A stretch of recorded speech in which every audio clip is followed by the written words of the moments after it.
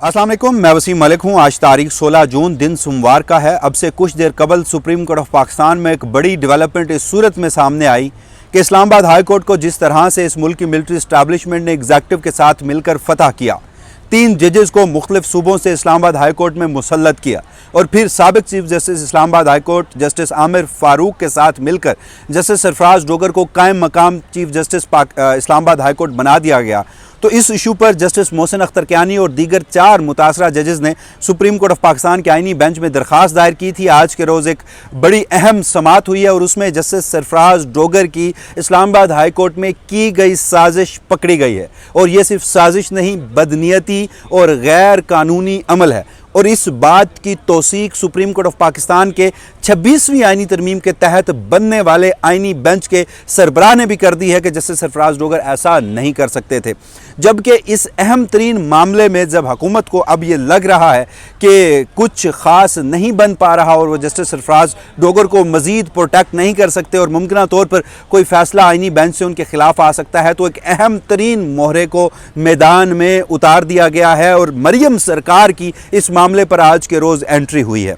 और तीसरी और दिलचस्प बात आज की समाअत की कि जब 5 मुतासरा जजेस यानी justice Mohsin Akhtar Kiani, justice Tariq Jahangiri, justice Sardar Ijaz Ishaq, justice Saman Rafat और जस्टिस बाबर सत्तार के वकील बैरिस्टर सलाहुद्दीन वो आज दलाइल दे रहे थे, इस्लामाबाद हाई कोर्ट में होने वाले गैर आइनी गैर कानूनी इक़दामात को गिनवा रहे थे, तो इस्टेब्लिशमेंट के नुमाइंदा मैं उन्हें कहूँगा अटॉर्नी जनरल ऑफ पाकिस्तान है, वो बड़े बेचैन नज़र आ रहे थे और वो बार बार अपनी कुर्सी से उठकर रोस्ट्रम पर आते थे और जो बैरिस्टर सलाहुद्दीन हैं उन्हें रोकते थे और उनकी जो बेचैनी थी वो खासी देखने वाली थी। आज की समाअत में हुआ क्या है, ये 3 अहम तरीन मौज़ूआत हैं, क्या इससे मुताल्लिक़ तफसील से गुफ्तगू करते हैं। मैं उस नुक्ते पर आता हूँ कि किस तरह से जस्टिस सरफराज डोगर जो कि एक गैर आइनी गैर कानूनी काम कर गए, जो कि एक बदनीयती पर मबनी था और जो एक साजिश थी एक हाई कोर्ट में, और वो आज के रोज़ कमरा अदालत में जब 5 मुतासरा जजेस के वकील ने पकड़ी, फिर आईनी बेंच के सरबराह जस्टिस मोहम्मद अली मज़हर को भी उन जो मामला है उसकी तौसीक करनी पड़ी कि जस्टिस सरफराज डोगर ऐसा हरगिज़ नहीं कर सकते थे। उस पर तो मैं आता हूँ, मगर जब समाअत का आगाज़ होता है यहाँ पर एक दिलचस्प बात यह है कि पहले कौन सा किरदार आज की समाअत में मैदान में उतारा गया है उस पर गुफ्तगू कर लेते हैं। गुज़श्ता समाअत तकरीबन मुकम्मल हो चुकी थी। ईद से कबल ये समाअत थी, 16 जून के लिए मुलतवी की गई थी और जो आईनी बेंच, इस आईनी बेंच के सरबराह हैं जस्टिस मोहम्मद अली मज़हर, उन्होंने ये कहा था कि हम आज के रोज़ समाअत जो है वो मुकम्मल कर लेंगे, फ़ैसला महफूज कर लेंगे, मगर आज ऐसा नहीं हुआ। होना तो यही चाहिए था, बैरिस्टर सलाहुद्दीन के दलाइल मुकम्मल हो चुके हैं, हामिद खान साहब हों या फिर फैसल सदीकी साहब, उनके जवाब उन्होंने मज़ीद 10-10 मिनट लेने थे। और तीसरे नंबर पर इस केस में इमरान खान के वकील जो हैं उन्होंने भी 10 मिनट लेने थे, यानी टोटल 30 मिनट के बाद ये समाअत मुकम्मल होनी थी, जो कि अब मज़ीद लंबी चलेगी। वजह यह है कि मरियम सरकार के एडवोकेट जनरल पंजाब जो हैं उन्हें मैदान में उतारा गया है। उन्होंने गुज़श्ता रोज़ एक मुतफ़रिक दरख्वास्त दायर की है, किसी को नहीं पता था कि उन्होंने एक मुतफ़रिक दरख्वास्त दायर की है। और फिर दिलचस्प बात देखिए कि वो भी शायद विलंग नहीं थे, मगर आईनी बेंच उन्हें कह रहा है कि आप दलाइल दीजिए, आपको तो दलाइल देने चाहिए थे, आप तो इस केस के मरकज़ी फ़रीक थे। हुआ ये कि समाअत के दौरान जो इस सारे मामले में आईनी बेंच के एक रुकन हैं सलाहुद्दीन पंवर साहब, जज साहब की जानिब से ये रिमार्क्स दिए गए कि गुज़श्ता रोज़ एक दरख्वास्त दायर हुई है पंजाब गवर्नमेंट की जानिब से, वो क्या मामला है। अमजद परवेज़ साहब वैसे तो नवाज शरीफ के वकील रहे हैं, अब उन्हें नवाजा गया है, एडवोकेट जनरल पंजाब लगा दिया गया है। इमरान खान के ख़िलाफ़ 190 मिलियन पाउंड में भी वकील थे, मगर अब एडवोकेट जनरल पंजाब है, तो उन्हें उस केस में पेश होने के लिए वक्त मुयस्सर नहीं है। तो वो खड़े हुए उन्होंने कहा कि मैंने एक मुतफ़रिक दरख्वास्त दायर की है और मैं जजेस ट्रांसफ़र्स की तारीख़ आपको बताऊँगा कि माजी में कब कब होता रहा, यानी वो जजेस ट्रांसफ़र्स के हक़ में दलाइल देना चाहते थे। जिस पर उन्होंने एक नुक्ता उठाया, उन्होंने कहा जी कि देखिए हम इस केस में मरकज़ी फ़रीक नहीं हैं, पंजाब हुकूमत मरकज़ी फ़रीक नहीं है, हमें सिर्फ 27A का नोटिस था। जिस पर आईनी बेंच के सरबराह जस्टिस मोहम्मद अली मज़हर ने कहा कि आप एडवोकेट जनरल पंजाब हैं, आपको नहीं पता कि 27A का नोटिस क्या होता है। जब इस मामले पर लाहौर हाई कोर्ट के रजिस्ट्रार ने कमेंट्स हमें दिए हैं तो हमने आपको 27A का नोटिस जारी किया है, जिस पर आप इस केस के मरकज़ी फ़रीक हैं। आपको तो अटॉर्नी जनरल ऑफ पाकिस्तान के बाद दलाइल देने चाहिए थे इस नुक्ते पर, लेकिन आपने दलाइल नहीं दिए। जिस पर वो अमजद परवेज़ साहब तो खामोश थे कि वो दलाइल देना चाहते हैं या नहीं देना चाहते, मगर वहाँ पर जस्टिस सलाहुद्दीन पंवर ने कहा कि जी हम आपको हम बैरिस्टर सलाहुद्दीन जब दलाइल मुकम्मल करेंगे तो आपको सुन लेंगे। यानी अब वो आएंगे और जजेस ट्रांसफर्स के हक में, सीनियरिटी के हक में मरियम सरकार जो है वो अब बाकायदा तौर पर कूद पड़ी है और वो इस मामले को सेटल डाउन करने की कोशिश करेंगे। मगर मैं आपको बताऊं, जिस तरह से केस जिस हद तक बढ़ा, केस की मेरिट्स पे समाअत हुई, जजेस ने दलाइल दिए, तो जस्टिस सरफराज डोगर की जो बदनीयतियाँ, 2 नंबरियाँ पकड़ी जा रही हैं, वारदातें पकड़ी जा रही हैं, ये सिर्फ मामला फिर जजेस ट्रांसफ़र और सीनियरिटी तक नहीं, उससे भी बहुत आगे जा सकता है। फिर उनके तमाम तर अब तक के किए गए इस्लामाबाद हाई कोर्ट में इक़दामात भी कलअदम करार दिए जा सकते हैं। मगर अगेन आईनी बेंच है, कुछ नहीं कहा जा सकता। मगर इस हद तक मैं ज़रूर कहता हूँ कि जो सवालात और जजेस जिस हद तक आगे, जस्टिस नईम अख्तर अगवान, जस्टिस सलाहुद्दीन पंवर और जस्टिस जो शकील अहमद हैं, वो जिस हद तक एक अपनी अप्रोच, अपना एक माइंडसेट बना चुके हैं, तो इतना आसान नहीं है वफाकी हुकूमत के लिए, और इसीलिए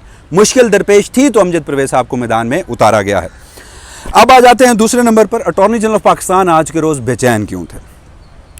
हुआ कुछ यूँ कि इस्लामाबाद हाई कोर्ट के इस मामले पर बैरिस्टर सलाहुद्दीन जो है, उन्होंने दलाइल जब दे रहे थे अपने जवाब में, बड़े ज़बरदस्त, बड़े ही प्रिसाइज और ऐसे दलाइल दिए कि उन्होंने इस सारे मुकदमे में अपने जवाब में बैरिस्टर सलाहुद्दीन ने, और ये उन गिने चुने वकला में शुमार है इनका, जो ना तो 26वीं आईनी तरमीम को सपोर्ट करते हैं, जो ना तो इस्लामाबाद हाई कोर्ट को फतह करने का सपोर्ट करते हैं, वो आज भी इंडिपेंडेंस ऑफ जुडिशरी के लिए खड़े हैं। मुनीर मलिक साहब हों, बैरिस्टर सलाहुद्दीन हो, फैसल सदीकी हों, चंद गिने चुने नाम हैं, उनमें से सलाहुद्दीन साहब एक हैं, कराची से इनका ताल्लुक है। इन्होंने बड़े ज़बरदस्त दलाइल दिए। इन्होंने सीनियरिटी के मामले को इस्लामाबाद हाई कोर्ट के 5 जजेस के हक़ में किया, इन्होंने ट्रांसफर्स के मामले को इस्लामाबाद हाई कोर्ट के 5 जजेस के हक़ में किया, केस की हद तक, ऑब्जर्वेशंस की हद तक। फैसला अगेन क्या आता है वो दूसरी बात है। उन्होंने जस्टिस सरफराज डोगर की बदनीयती पकड़ी। उन्होंने chief justice Pakistan, chief justice तमाम हाई कोर्ट्स, अटॉर्नी जनरल का ऑफिस, वजारत कानून का ऑफिस, वज़ीर आज़म का ऑफिस, सदर का ऑफिस, इस ट्रांसफर्स के मामले पर वो भी बदनीयती जो है वो जो सलाहुद्दीन साहब है उन्होंने पकड़ी है गुज़श्ता समातों पे, वो मैं आपको रिपोर्ट कर चुका हूँ। आज के रोज़ वो दलाइल दे रहे थे कि इस्लामाबाद हाई कोर्ट रूल्स के मुताबिक इंतजामी कमेटी में 3 सीनियर जजेस शामिल होते हैं। यानी रूल ये है कि 3 सीनियर जजेस हों, मगर इस्लामाबाद हाई कोर्ट और इस्लामाबाद हाई कोर्ट से मातहत जो अदलिया है उसे पाकिस्तान तहरीक इंसाफ के खिलाफ फैसलों के लिए इमरान खान के खिलाफ इस्तेमाल करना था। इस मुल्क की मिलिट्री इस्टेब्लिशमेंट ने, वो जो जजेस पहले अपने हल्फ पे कायम हैं, मिलिट्री इस्टेब्लिशमेंट की इन्वॉल्वमेंट, अपनी जुडिशल इंक्रोचमेंट, अपनी मर्जी के पोलिटिकल आउटकम, वो उनके लिए काबिल कबूल नहीं, अपने हल्फ पे खड़े हैं, हर तरह की उन्होंने रियासती बरबरीत सही है, तो वो ऐसा नहीं होने दे रहे थे। जब सरफराज डोगर साहब को यहाँ पर ट्रांसफ़र किया गया तो गैर आईनी इक़दामात सुनिए। जो बैरिस्टर सलाहुद्दीन है उन्होंने कहा कि इस्लामाबाद हाई कोर्ट रूल्स के मुताबिक इंतजामी कमेटी में 3 सीनियर जजेस होते हैं। ट्रांसफर्स के बाद जस्टिस सरफराज डोगर और जस्टिस खादिम सोमरो इंतजामी कमेटी का हिस्सा बन गए। दोनों ट्रांसफ़र शुदा जजेस को कमेटी में शामिल होते वक्त सिर्फ 2 दिन का तजर्बा था।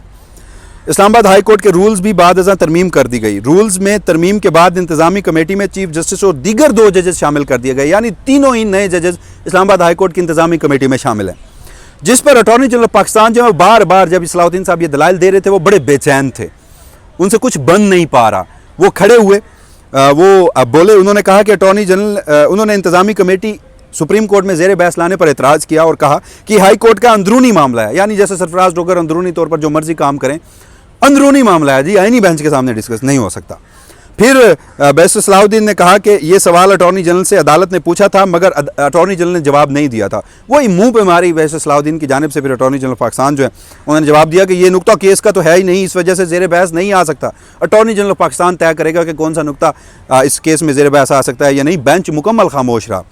पता है, ताकतवर अटॉर्नी जनरल है, उसने 26वीं आईनी तरमीम की है, वो तो जजेस लगाने निकालने की सलाहियत रखता है, मिलिट्री इस्टेब्लिशमेंट का इतना चाहिए है, तो हमारी क्या औकात है? मुमकिन है यही सोचा हो। बहरहाल जस्टिस शकील अहमद ने कहा कि ये तो ट्रांसफर्स के बाद वाली पेशरफ्त है जिससे आगाह किया जा रहा है। अब आ जाते हैं जस्टिस सरफराज डोगर की साजिश, जो कि आज के रोज़ पकड़ी गई है आईनी बेंच में। हुआ ये कि ये भी इंकशाफ बैरिस्टर सलाहुद्दीन 5 मुतासरा जजेस के वकील उनकी जानिब से किया गया। उन्होंने कहा कि इस्लामाबाद हाई कोर्ट ने अभी यानी 2025 में रूल्स बनाए हैं। अच्छा, मैं आपको एक बात बताऊं, ये रूल्स अप्रैल में बने हैं और ये रूल्स 2 सेट्स ऑफ रूल्स हैं, एक प्रैक्टिस एंड प्रोसीजर और एक दीगर।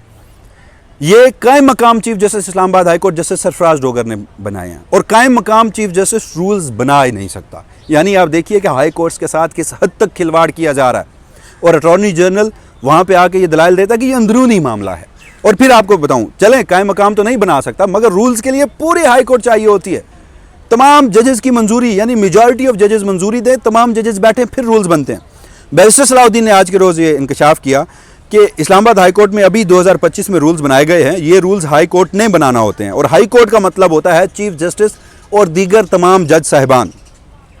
मगर 5 दरख्वास्त गुजार जजेस को इन रूल्स का इल्म तक नहीं, यानी justice Mohsin Akhtar Kiani, justice Tariq Jahangiri, justice Babar Sattar, justice Sarfraz Dogar और जस्टिस समन रफत, इनको इन रूल से मुतालिक आगाह नहीं किया गया, इनपुट नहीं लिया गया, इनसे मंजूरी नहीं ली गई।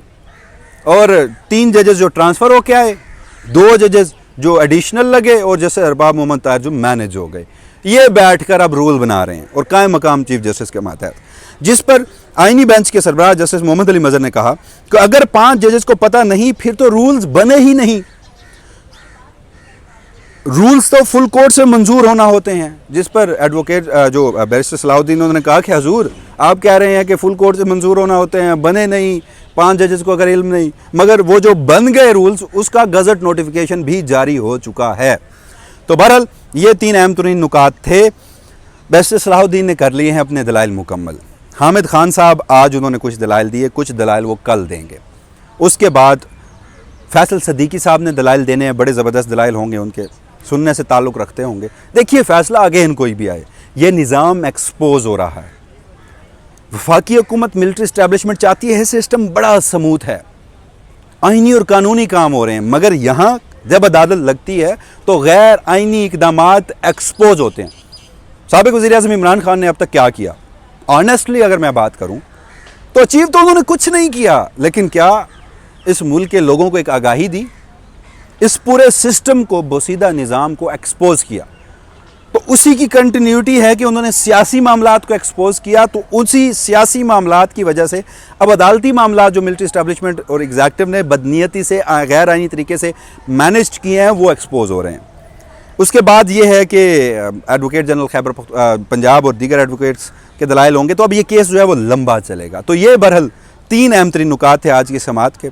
इसके अलावा भी कुछ डिबेट हुई है सिविल सर्विस रूल्स के मुतालिक, वज़ीर आज़म के इख्तियारात से मुतालिक, सदर के इख्तियारात से मुतालिक। तो बहरहाल वो किसी और वीडियो की सूरत में आपके सामने रखूँगा जब आप ये वीडियो देख रहे होंगे, क्योंकि अब वक्त हो रहा है जनाब, 11:30 हो चुके हैं। 11:30 मखसूस नशिस्तों के केस की समाअत है, उसमें आज के रोज़ क्या होता है एक और वीडियो की सूरत में आपकी खिदमत में हाजिर होगा वसीम मलिक।